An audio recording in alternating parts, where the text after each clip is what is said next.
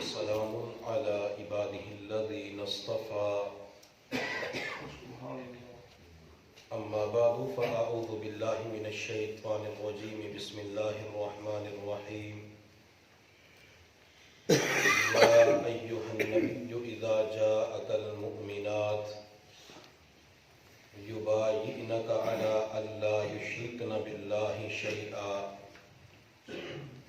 قال النبي صلى الله عليه وسلم المرء مع من أحب أو كما قال عليه الصلاة والسلام سبحان ربك رب العزة عما يصفون وسلام على المرسلين والحمد لله رب العالمين اللهم صل على سيدنا محمد وعلى آل سيدنا محمد وبارك وسلم۔ اللہ رب العزت نے انسان کو اپنی بندگی اور عبادت کے لیے پیدا فرمایا۔ اس دنیا کے اندر ہر انسان کی یہ چاہت ہوتی ہے کہ میں اللہ رب العزت کا عبادت گزار بندہ بن جاؤں، میں نیک بن جاؤں، میں متقی پرہیزگار بن جاؤں، میں گناہوں سے پاک صاف زندگی گزارنے والا بن جاؤں، میں معاشرے کے اندر ایک اچھا والد، اچھا بیٹا، اچھا بھائی ثابت ہو جاؤں، اچھا پڑوسی بن جاؤں۔ اب انسان نیک کیسے بن سکتا ہے؟ تو میرے اللہ نے قرآن عظیم الشان کے اندر 3 لفظوں کے اندر اس کا آسان جواب دیا ہے۔ یا ایھا الذین آمنوا اتقوا اللہ وَكُونُوا مَعَ الصَّادِقِينَ، اے ایمان والو تقوی اختیار کرو، اے ایمان والو نیک بن جاؤ۔ اللہ کیسے نیک بنے؟ تو میرے اللہ نے فرمایا کہ تم سچوں کے ساتھ ہو جاؤ۔ مفسرین فرماتے ہیں اس کا مطلب یہ ہے کہ جو اولیاء اللہ کے ساتھ نتی ہو جاتا ہے، اولیاء اللہ کے ساتھ تعلق بنا لیتا ہے، اولیاء اللہ کی صحبت کو اختیار کرتا ہے، تو اللہ تعالیٰ ان کے ساتھ تعلق جوڑنے کی وجہ سے بندے کو نیک بنا دیتے ہیں۔ مشائخ کے ساتھ، اولیاء اللہ کے ساتھ جو تعلق ہوتا ہے، ان کے ساتھ جو نتھی ہو جانا ہوتا ہے، تو اس کے اندر انسان کو سب سے پہلے بیعت کرنی پڑتی ہے۔ جب انسان کسی بھی اللہ والے سے، چاہے وہ سلسلہ نقشبندیہ سے تعلق رکھتا ہے، سلسلہ چشتیہ، قادریہ، سہروردیہ سے تعلق رکھتا ہے، جب ان کے ہاتھ میں ہاتھ دے کے بیعت ہو جاتا ہے، وہ اعمال، اوراد و اشغال بتاتے ہیں۔ جب بندہ ان اعمال کی پابندی کرتا ہے تو میرے پیر و مرشد فرماتے ہیں اللہ تعالیٰ ان اعمال کی پابندی اور اپنے شیخ کی صحبت کی وجہ سے بندے کو اولیاء اللہ کی صف میں شامل فرما دیتے ہیں۔ بیعت کی 4 اقسام ہیں۔ نمبر 1 بیعت اسلام۔ حضور صلی اللہ علیہ وسلم کے پاس جب کفار اسلام قبول کرنے کے لیے آتے تھے تو میرے پیغمبر اس بات کے اوپر بیعت لیا کرتے تھے، عہد لیا کرتے تھے کہ آج کے بعد مسلمانوں والے کام کرنے ہیں، کافروں والے اعمال نہیں کرنے۔ اور دوسری بیعت جہاد کہلائی جاتی ہے۔ حضور صلی اللہ علیہ وسلم جب جہاد کے سفر پہ تشریف لے جاتے، جنہیں غزوات کہا جاتا ہے، تو میرے محبوب صحابہ سے اس بات کے اوپر بیعت لیا کرتے تھے کہ تم جہاد کے سفر پہ جاؤ گے، کہیں ایسا تو نہیں کہ یہ نعرہ لگاؤ قائد ہمارے قدم بڑھاؤ ہم تمہارے ساتھ ہیں، جب قائد قدم بڑھائے تو پیچھے سے فرار ہو جاؤ۔ جب تک قائد میدان کے اندر رہے تو اس وقت تک تم نے اپنے قائد کا ساتھ دینا ہے۔ اور حضرات صحابہ کرام جب پیغمبر کے ہاتھ پہ بیعت کیا کرتے تھے، اللہ کے نبی آپ کے ساتھ مل کے جہاد کریں گے، اپنی جان کا نذرانہ آپ کے اوپر پیش کر دیں گے، تو صحابہ کرام نے اس کا حق ادا کر دیا۔ میرے محبوب صلی اللہ علیہ وسلم ایک جنگ کے موقع پہ تھے، کفار تیر برسا رہے تھے، حضرات صحابہ کرام دائیں بائیں تھے، تو ایک صحابی رضی اللہ تعالی عنہ میرے پیغمبر کے سامنے آ کر کھڑے ہو گئے اور پیغمبر کی جانب اپنا چہرہ کر لیا، اپنی پیٹھ دشمن کی جانب کر لی، تو کسی نے کہا کہ یہ کیا کر رہے ہو، اس سے تو آپ کو تکلیف زیادہ ہوگی۔ تو صحابی نے جواب دیا اگر میں اپنی پشت پیغمبر کی جانب کرتا ہوں تو یہ بے ادبی ہو جائے گی، مجھے تو اتنا بھی گوارا نہیں کہ اس جنگ کے موقع پہ اپنے پیغمبر کی بے ادبی کر لوں۔ چنانچہ وہ صحابی تمام کے تمام تیر اپنی کمر کے اوپر برداشت کرتے رہے، حتیٰ کہ اسی حال میں پیغمبر کو دیکھتے ہوئے وہ اپنی جان کا نذرانہ پیش کر دیتے ہیں۔ جب افغانستان کے اندر جہاد شروع ہوا تو چند مجاہدین کسی غار کے اندر پناہ لینے پہ مجبور ہوئے، اور ان کے اوپر ایک وقت ایسا بھی آیا کہ کھانے پینے کا سامان ختم ہو گیا، حتیٰ کہ درختوں کے پتے چبانے شروع کر دیے، وہ درختوں کے پتے بھی ختم ہو جاتے ہیں۔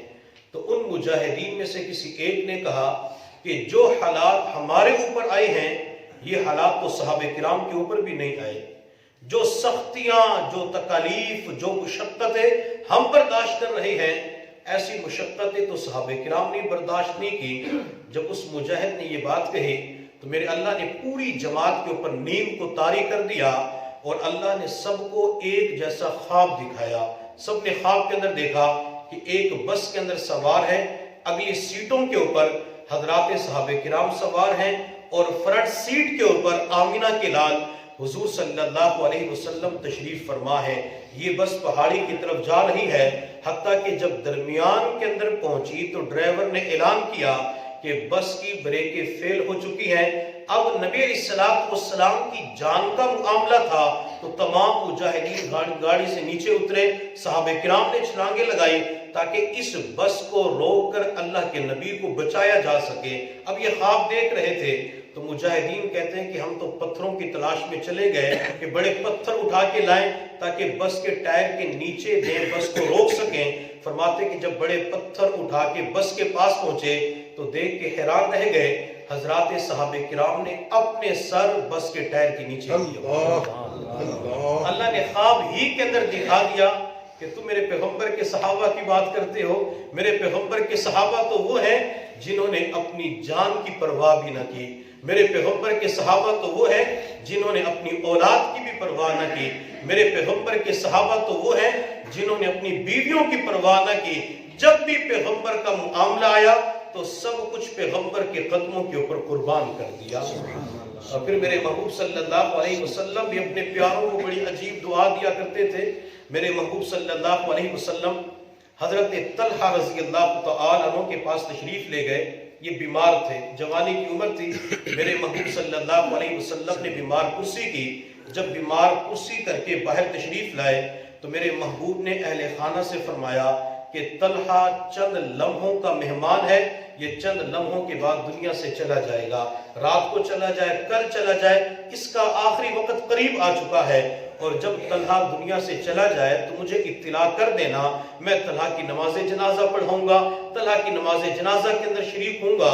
حتیٰ کہ جب گھر والوں نے طلحہ کو بتلایا کہ اللہ کے نبی نے یوں فرمایا ہے تو طلحہ رضی اللہ تعالیٰ عنہ کہنے لگے اگر میرا رات کے وقت انتقال ہو جائے تو اللہ کے نبی کو اطلاع نہ دینا، دن کے وقت انتقال ہو جائے اللہ کے نبی کو اطلاع دے دینا۔ تو گھر والوں نے پوچھا کہ رات کے وقت اطلاع کیوں نہ دیں؟ حضرت طلحہ رضی اللہ تعالی عنہ نے جواب دیا کہ جب میں رات کے وقت فوت ہو جاؤں گا، اللہ کے نبی مدینہ طیبہ سے ہماری بستی کے اندر، علاقے کے اندر 3 میل کا سفر کر کے تشریف لائیں گے، تو راستے کے اندر یہودیوں کے مکانات ہیں، ہو سکتا ہے کہ رات کے وقت کوئی یہودی میرے پیغمبر کو نقصان پہنچا دے۔ مجھے اتنا بھی گوارا نہیں ہے کہ میری نماز جنازہ کی وجہ سے کوئی یہودی میرے پیغمبر کو تکلیف پہنچا دے۔ اللہ کی شان، حضرت طلحہ رضی اللہ تعالی عنہ کا رات کے وقت انتقال ہو گیا، گھر والوں نے بغیر کسی تاخیر کے غسل دیا، کفن پہنایا، نماز جنازہ پڑھ کر رات کے اندھیرے کے اندر طلحہ کو دفن کر دیا۔ جب صبح کا وقت ہوا تو لوگوں نے حضور صلی اللہ علیہ وسلم کو فجر کی نماز کے بعد اطلاع دی اللہ کے نبی طلحہ کا انتقال ہو چکا ہے، اور رات کو تدفین بھی کر دی گئی۔ تو میرے محبوب نے فرمایا کہ مجھے اطلاع کیوں نہ دی؟ اللہ کے نبی، آپ کے پیارے، آپ کے عاشق نے یوں کہا تھا کہ رات کے وقت اطلاع نہ دینا۔ تو میرے محبوب نے فرمایا کہ مجھے طلحہ کی قبر پہ لے چلو۔ چنانچہ میرے محبوب فجر کی نماز کے بعد صحابہ کرام کے ہمراہ طلحہ کی قبر کے پاس تشریف لے گئے، اور طلحہ کی قبر کے پاس کھڑے ہو کر میرے پیغمبر نے طلحہ کو عجیب دعا دی ہے. میرے محبوب صلی اللہ علیہ وسلم نے دعا مانگی, اللہ یہ طلحہ جب آپ کی بارگاہ کے اندر پیش ہو, آپ طلحہ کو دیکھ کر مسکرائیں, طلحہ آپ کو دیکھ کر مسکرائیں. میرے پیغمبر اتنی بڑی بڑی دعائیں دیا کرتے تھے کہ اللہ طلحہ آپ کو دیکھ کے مسکرائیں اور آپ طلحہ کو دیکھ کے مسکرائیں. تو نبی علیہ السلام اپنے صحابہ کو اتنی پیاری دعائیں دیا کرتے تھے. تو بیعت کی دوسری قسم بیعت جہاد کہلاتی ہے, اور بیعت کی تیسری قسم بیعت خلافت کہلائی جاتی ہے. حضور صلی اللہ علیہ وسلم کے انتقال پرملال کے بعد جب سیدنا صدیق اکبر رضی اللہ تعالی عنہ مسلمانوں کے خلیفہ بنے تو تمام صحابہ کرام نے ابو بکر کے ہاتھ کے اوپر بیعت کی. اسے بیعت خلافت کہا جاتا ہے. اور سیدنا صدیق اکبر رضی اللہ تعالی عنہ کو میرے اللہ نے جو مقام اور مرتبہ عطا فرمایا تھا وہ بہت بلند عطا فرمایا تھا. سیدنا صدیق اکبر رضی اللہ تعالی عنہ نے اپنے پیغمبر کو کندھوں پہ اٹھا کے ہجرت کے سفر میں غار ثور کے اندر پہنچایا تھا. اور جب میں تصورات کی دنیا میں دیکھتا ہوں تو مجھے یوں لگتا ہے کہ سیدنا صدیق اکبر رضی اللہ تعالی عنہ نے مقام ابراہیم کے پاس کھڑے ہو کر اللہ کی بارگاہ میں عرض کیا ہوگا, اللہ یہ پتھر کیوں ہے, آپ نے اسے بیت اللہ کے قریب جگہ دی ہے. تو میرے اللہ نے فرمایا ہوگا, ابو بکر یہ وہ پتھر ہے جس کے اوپر کھڑے ہو کر ابراہیم خلیل اللہ نے بیت اللہ کی تعمیر کی ہے. جب دیواریں بلند ہو رہی تھی تو یہ پتھر لفٹ کا کام دے رہا تھا, خود بخود اوپر ہو جاتا تھا. تو سیدنا صدیق اکبر رضی اللہ تعالی عنہ نے کہا ہوگا, عرض کیا ہوگا, اللہ جس پتھر کے اوپر تیرے ابراہیم خلیل کے قدم لگے آپ نے اسے بیت اللہ کے اندر جگہ دے دی. اللہ ان کندھوں کے اوپر تو تیرے لاڈلے حبیب کے قدم لگے ہوئے ہیں, اللہ ان کندھوں کو جگہ کہاں ملے گی. تو میرے اللہ نے ناز کے انداز میں فرمایا ہوگا, ابو بکر جس پتھر کے اوپر ابراہیم خلیل کے قدم لگے میں نے بیت اللہ کے اندر جگہ دے دی, اور جس کندھے کے اوپر میرے حبیب کے قدم لگے میں قیامت تک کے لیے روضہ رسول اللہ کے اندر جگہ عطا کر دوں گا. اور پھر اللہ نے ابو بکر کو مقام بھی عطا فرما دیا. تو تیسری قسم بیعت خلافت کہلائی جاتی ہے. اور بیعت کی چوتھی قسم بیعت توبہ بیعت اعمال کہلائی جاتی ہے. آج کے دور کے اندر جتنی بھی خانقاہوں کے اندر مشائخ حضرات لوگوں کو ہاتھ کے اندر ہاتھ دے کے یا کپڑا پکڑا کے یا الفاظ پڑھا کے بیعت کرتے ہیں تو اسے بیعت توبہ بیعت اعمال کہا جاتا ہے. اور اس بیعت کا ثبوت باقاعدہ قرآن سے بھی ملتا ہے اور بخاری شریف سے بھی ملتا ہے. سورۃ الممتحنہ کے اندر دوسرے رکوع میں میرے اللہ نے فرمایا, یا ایھا النبی اذا جاءک المؤمنات, اے میرے پیارے نبی صلی اللہ علیہ وسلم جب آپ کے پاس مؤمنہ عورتیں آئیں, کیوں آئیں, یبایعنک آپ سے بیعت ہونے کے لیے, تو آپ ان کو بیعت کریں کس چیز کے اوپر, الا اللہ یشرکنا باللہ شیئا, آج کے بعد شرک نہیں کریں گی, ولا یسرقنا آج کے بعد چوری نہیں کریں گی, ولا یزنینا آج کے بعد زنا بدکاری نہیں کریں گی, ولا یقتلنا اولادہن اپنی اولاد کو قتل نہیں کریں گی. چونکہ زمانے جاہلیت کے اندر بچوں کو زندہ درگور کیا جاتا تھا. تو اللہ نے فرمایا اس بات کے اوپر بیعت لیں, آج کے بعد نہ بچوں کو ماریں گی, نہ بچوں کو زندہ درگور کریں گی, اور نہ کسی کے اوپر بہتان باندھیں گی, ولا یعصینک فی معروف آج کے بعد کسی قسم کا گناہ نہیں کریں گی. اگر یہ اس بات کے اوپر بیعت کرتی ہے فبایعہن تو آپ ان کو بیعت کر لیجئے, واستغفر لہن اللہ جب یہ خواتین آپ سے بیعت کر لیتی ہیں تو آپ ان کے لیے استغفار کیجئے. خواتین کا کام بیعت کرنا, آپ کا کام ان کی مغفرت کی دعا کرنا. میں اللہ کیا کروں گا, ان اللہ غفور الرحیم, میں اللہ ان کی بیعت اور آپ کی دعا کی برکت سے ان کے سارے گناہوں کو معاف فرما دوں گا. تو گویا کہ قرآن ہمیں یہ بتلا رہا ہے کہ جب بندہ کسی اللہ والے کے ہاتھ پہ بیعت کر لیتا ہے تو اللہ تعالیٰ بیعت کی برکت سے اس کے پچھلے گناہوں کو معاف فرما دیتی ہیں. اس آیت کے اندر خواتین کی بیعت کا ثبوت ملتا ہے, مرد حضرات کی بیعت کا ثبوت ہمیں بخاری شریف سے ملتا ہے. حضرت عبادہ بن ثابت رضی اللہ تعالیٰ عنہ فرماتے ہیں ہم حضور صلی اللہ علیہ وسلم کے پاس موجود تھے تو حضور صلی اللہ علیہ وسلم نے فرمایا کہ تم مجھ سے اس بات کے اوپر بیعت کرو, آج کے بعد شرک نہیں کرو گے, چوری نہیں کرو گے, آج کے بعد بدکاری نہیں کرو گے, بہتان نہیں باندھو گے, کسی قسم کا گناہ نہیں کرو گے. اور جس بندے نے ان اعمال کے اندر وفا کی, یعنی ان اعمال کو پورا کیا، گناہوں سے اپنے آپ کو بچایا، فَأَجْرُهُ عَلَى اللَّهِ، اس کا اجر اللہ کے ذمہ ہے، اللہ اس بندے کو اجر دے گا۔ اور جس بندے سے کوتاہی ہو گئی تو اللہ تعالیٰ اسے معاف بھی کر سکتا ہے، اللہ اسے سزا بھی دے سکتا ہے۔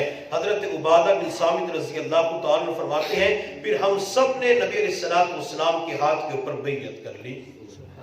تو حضرات صحابہ کرام نے پیغمبر کے ہاتھ کے اوپر بیعت کی، اور آج الحمدللہ جو پیغمبر کے وارث ہیں، جنہیں علماء مشائخ کہا جاتا ہے، جو تعلیمات نبی کے بھی وارث ہیں اور کیفیات نبیہ کے بھی وارث ہوتے ہیں، وہ بھی لوگوں کو یہی بیعت کرتے ہیں تاکہ لوگ بیعت کریں، اعمال کا اہتمام کریں اور تقوی والی زندگی گزارنے والے بن جائیں۔ جس بندے کی زندگی کے اندر تقوی آ جاتا ہے وہ گناہوں سے پاک صاف زندگی گزارتا ہے۔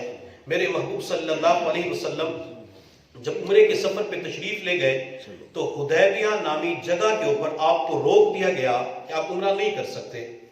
میرے محبوب صلی اللہ علیہ وسلم نے پھر عثمان کو بھیجا۔ مشہور واقعہ ہے، حضرت عثمان کے بارے میں پتہ چلا کہ عثمان کو شہید کر دیا گیا ہے۔ میرے محبوب صلی اللہ علیہ وسلم نے 1400 یا 1500 صحابہ کرام سے اپنے ہاتھ کے اوپر بیعت لی کہ تم مجھ سے بیعت کرو کہ عثمان کے خون کا بدلہ لینا ہے۔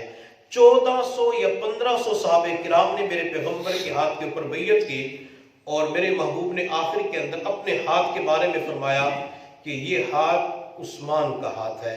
پیغمبر نے اپنے ہاتھ کو عثمان کا ہاتھ قرار دیا۔ جب میرے اللہ نے دیکھا کہ صحابہ کے ہاتھ پیغمبر کے دونوں ہاتھوں کے درمیان آ چکے ہیں، سب سے اوپر پیغمبر کا ہاتھ ہے، تو میرے اللہ نے قرآن عظیم الشان کے اندر فرمایا ان الذین یبایعونک انما یبایعون اللہ ید اللہ فوق ایدیہم۔ میرے محبوب صلی اللہ علیہ وسلم ان ہاتھوں کے اوپر اللہ رب العزت کا ہاتھ ہے۔ اللہ نے گویا کہ پیغمبر کے ہاتھ کے اوپر اپنا ہاتھ قرار دیا۔ اللہ کا ہاتھ کیسے ہے؟ اللہ کی انگلیاں کتنی ہیں، پورے کتنے ہیں، اللہ کے ہاتھ کے اندر لکیریں کتنی ہیں، اللہ کے ہاتھ کے اندر بال کتنے ہیں، ہمیں اس کے بارے میں علم نہیں ہے۔ پیغمبر نے جہاں تک ہمیں بتلایا ہے تو وہاں تک اعتماد کرنا، یقین رکھنا یہ بندے کے لیے ضروری ہوتا ہے۔ اللہ کے ہاتھوں کی لمبائی کتنی ہے ہم اس کے بارے میں نہیں جانتے، نہ پیغمبر نے بتلایا۔ پیغمبر نے صرف اتنا بتلایا کہ اللہ کا ہاتھ ہے۔ قرآن کے اندر اللہ کی پنڈلی کا تذکرہ ملتا ہے، ید اللہ علی الجماع، حدیث کے اندر آتا ہے کہ جماعت کے اوپر اللہ کا ہاتھ ہوتا ہے۔ صرف ہاتھ کا تذکرہ آ رہا ہے، آگے کیفیات کیا ہوتی ہے تو اس کے بارے میں ہمیں قطعاً علم نہیں ہے۔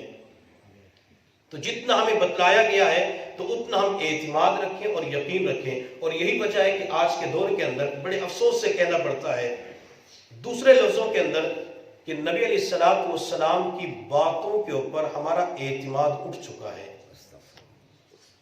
جب کسی بندے کو وظیفہ بتاتے ہیں کہ قرضوں کی ادائیگی کے لیے یہ وظیفہ اللہ کے نبی نے بتلایا ہے، تو کہتے کوئی اور بتا دو، کوئی اور بتا دو۔ امام احمد بن حنبل رحمۃ اللہ علیہ کا بیٹا تھا، تو ان کی آنکھوں میں تکلیف تھی، انہوں نے آنکھوں کے اندر کھمبی کا پانی ڈالا، یہ دیہاتوں کے اندر مل جاتی ہے اور اس کا کھانا سنت بھی ہے۔ تو جب انہوں نے کھمبی کا پانی آنکھوں کے اندر ڈالا تو آنکھیں اور زیادہ خراب ہو گئی۔ تو بیٹا اپنے والد کے پاس ہے، ابو میں نے اپنی آنکھوں کے اندر تکلیف کے اندر یہ پانی ڈالا تو میری آنکھیں اور زیادہ خراب ہو گئی۔ امام احمد بن حنبل رحمۃ اللہ علیہ نے فرمایا کہ تو نے پانی کیوں ڈالا تھا؟ تو بیٹے نے کہا تجربے کے لیے۔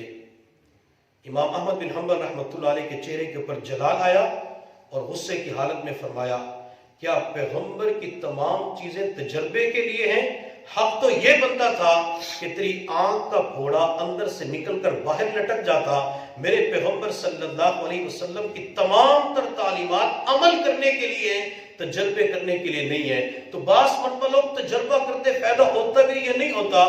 میرے پیغمبر نے جو کچھ بتلا دیا اس کے اندر تاثیر ہوتی ہے، میری زبان میں تاثیر نہیں ہو سکتی، کسی عالم مفتی کی زبان میں تاثیر نہیں ہو سکتی۔ جو اللہ نے آمنہ کے لال کی زبان میں تاثیر رکھی ہے، جو اللہ نے پیغمبر کی زبان میں تاثیر رکھی ہے، جس پیغمبر کی زبان سے کلمہ نکل چکا ہے، دعا نکل چکی ہے، اس کے اندر نورانیت موجود ہے، افادیت موجود ہے، اس کے اندر اہمیت بھی موجود ہے، اس کے اندر اثرات بھی موجود ہیں۔ جب بندے کا اعتماد اور یقین ہوتا ہے وہ وظیفہ بندے کو ضرور فائدہ پہنچاتا ہے۔ حضور صلی اللہ علیہ وسلم کے پاس صحابہ کرام موجود تھے، تو میرے محبوب نے فرمایا کہ ایک وقت آئے گا کہ میرے صحابہ فلاں علاقے کو فتح کریں گے، اور بحیرہ نام لیا، صحابہ فاتح بن کر اس علاقے کے اندر داخل ہوں گے تو بادشاہ کی بیٹی اپنی سواری کے اوپر سوار ہو گے، وہ مین دروازے کی طرف آ رہی ہوگی۔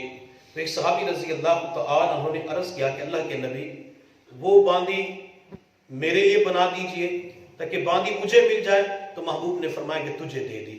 میرے پیغمبر دنیا سے تشریف لے گئے، حضرت ابو بکر کی زمانہ خلافت گزر گیا، عمر کا دور خلافت گزر گیا، حضرت عمر فاروق رضی اللہ تعالیٰ عنہ کے اخیر دور میں یا عثمان غنی کے دور میں جب وہ علاقہ فتح ہوا، صحابہ فاتح بن کر اندر داخل ہو رہے تھے تو وہ بادشاہ کی بیٹی پیغمبر کی پیشن گوئی کے مطابق سواری کے اوپر سوار ہو کے دروازے کی طرف آ رہی تھی۔ تو اس صحابی نے جا کر اس لڑکی کا بازو پکڑ لیا، چونکہ بادشاہ کی بیٹی تھی، شہزادی تھی۔ تو لوگوں نے کہا کہ یہ باندی تقسیم کرنا تو امیر المؤمنین کا کام ہے، آپ نے کیسے قبضہ کر لیا؟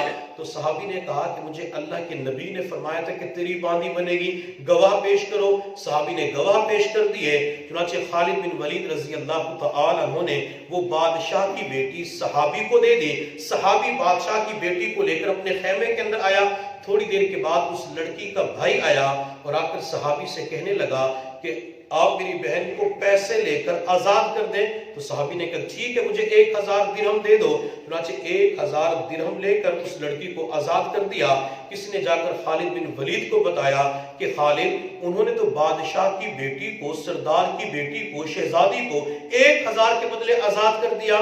حضرت خالد بن ولید رضی اللہ تعالی عنہ نے بلایا اور بلا کے فرمایا کہ اگر تو 1,00,000 درہم بھی مانگتا تو بادشاہ کا بیٹا تجھے 1,00,000 درہم دے دیتا، تو نے 1000 کیوں لیے؟ تو صحابی کا جواب سنیے، پیغمبر کی بات کے اوپر کتنا اعتماد تھا اور دنیا کے حوالے سے کیا تھے۔ وہ صحابی رضی اللہ تعالیٰ عنہ کہنے لگے خالد، مجھے 1000 سے اوپر گنتی ہی نہیں آتی، 1000 سے اوپر گنتی نہیں آتی کہ 1000 سے اوپر لاکھ ہوتا ہے، کروڑ ہوتا ہے، ارب خرب ہوتا ہے، ملین بلین ہوتا ہے، مجھے تو 1000 تک گنتی آتی ہے، 1000 سے اوپر کا مجھے کچھ بھی نہیں پتا۔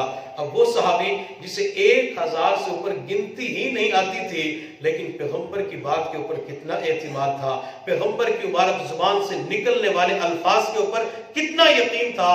وہ صحابی فرماتے کہ مجھے یقین ہو گیا تھا اس وقت تک مجھے موت نہیں آ سکتے جب تک میں اس باندے کو حاصل نہ کر لوں، چونکہ مجھے اللہ کے نبی نے فرمایا تھا اس لیے ہم نبی علیہ السلام کی باتوں کے اوپر اعتماد کرنے والے بن جائیں، آنکھیں بند کر کے ہر چیز کو، ہر وظیفے کو، ہر دعا کو اپنانا شروع کر دیں، انشاءاللہ اللہ تعالیٰ تمام برکات عطا فرما دیں گے۔ تو بات میں کر رہا تھا کہ صحابہ کے ہاتھ نبی علیہ السلام کے مبارک ہاتھ میں آئے تو اللہ رب العزت نے فرمایا کہ ان ہاتھوں کے اوپر اللہ رب العزت کا ہاتھ ہے۔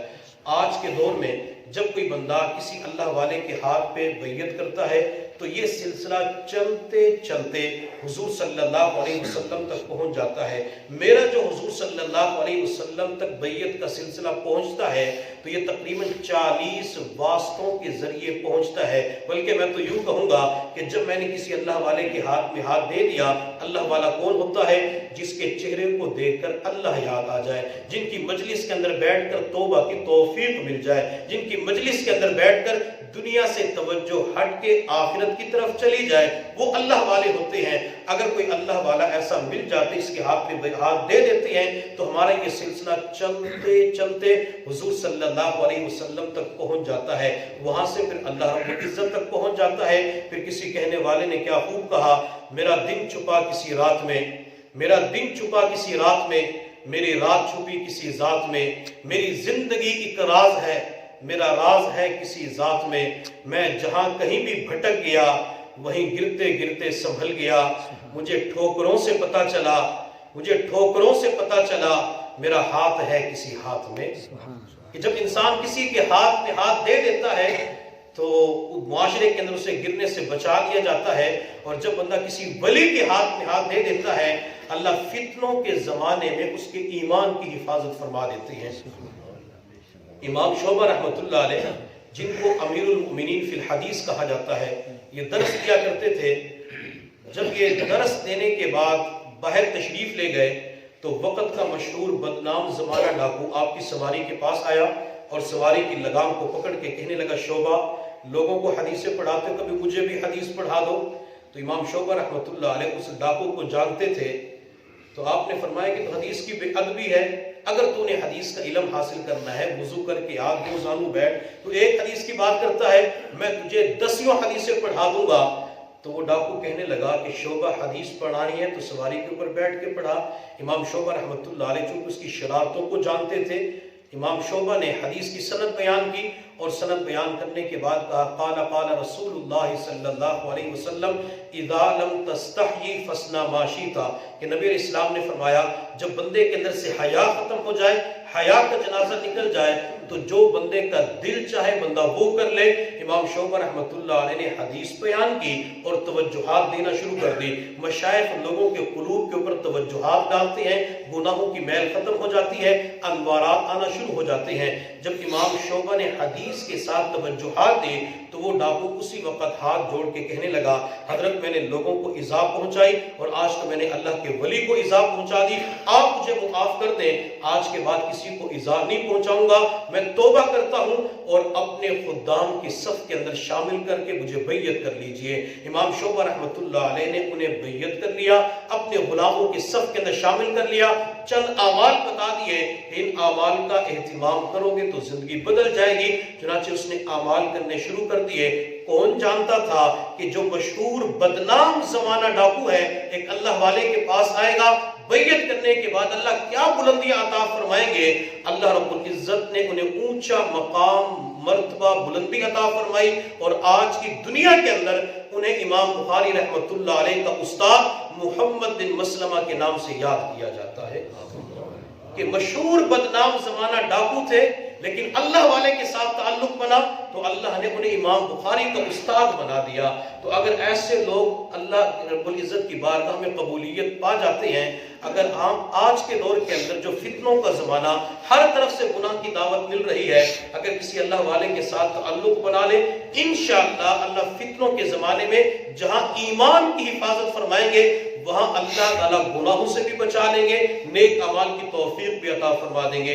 میں آپ سے یہ نہیں کہتا کہ آپ سلسلہ نقشبندیہ کے اندر بیعت ہو جائیں، جہاں بندے کا دل مطمئن ہو جائے۔ آپ کے علاقے کے اندر کوئی صاحب نسبت آدمی ہے، کوٹندو کے اندر ہے، لیا کے اندر ہے، صاحب نسبت آدمی ہے، آپ ان کے پاس جا کے بیعت ہو جائیں، انشاءاللہ چند دنوں کے اندر آپ کو اپنی زندگی کے اندر تبدیلی محسوس ہوگی۔